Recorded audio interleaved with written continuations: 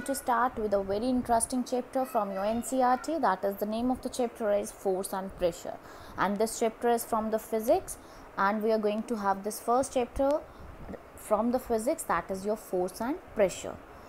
In this picture you can easily see there is a game which is showing, that is the tug of war, and in this game you can see there are this children, they are playing this game that they are going to pull or push the string or the rope towards them, or whether it is moving away from them. So why I am showing this picture to you? Because this is the basic of this chapter, that is a force. They are applying a force if they want to win the game, or the girls are exerting or the boys are exerting, they are putting their force on for winning the game. So let's start. What is force? And for this concept we have to discuss some of the examples from your daily life, and then we will reach to the definition of this concept. The first, let's start, that is, what is force? We hear the usage of this term many times in our day-to-day life, but we don't know actually what the force is. Force. First example, when you are going to open a door, you apply the force. When you are riding a bicycle, you apply force, and lifting an object. So these are a few of common things which we are doing in our daily life and where we apply the force. So all these activities that they need a force. So what is force? Let's think about this.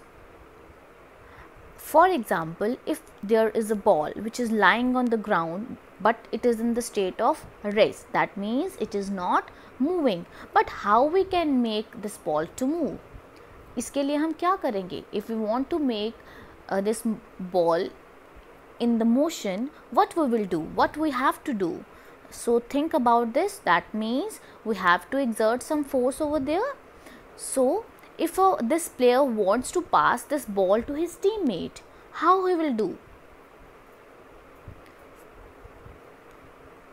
How he will do to throw the ball or to pass the ball to his friend?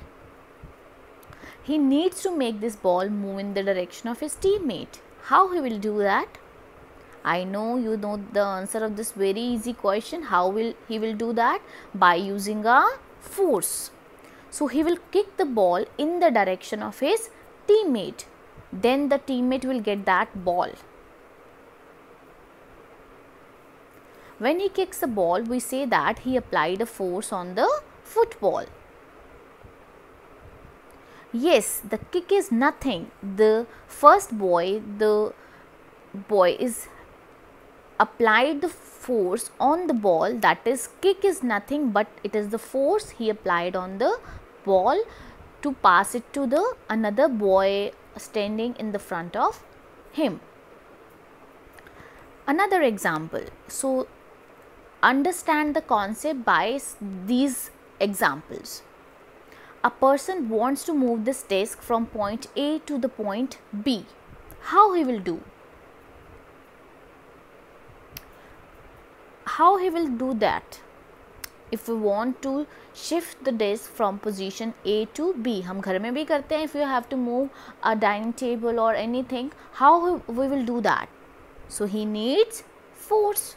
The push is here.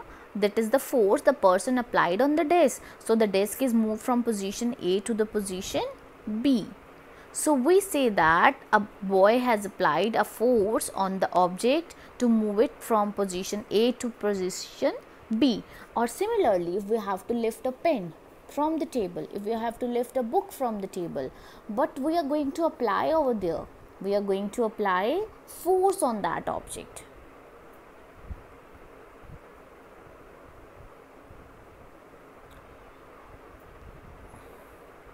So forces are nothing but the action such as kicking or the pushing or the lifting. So the force, that is we are going to push or we are going to pull the objects. So that is a force. There are many such actions that we can perform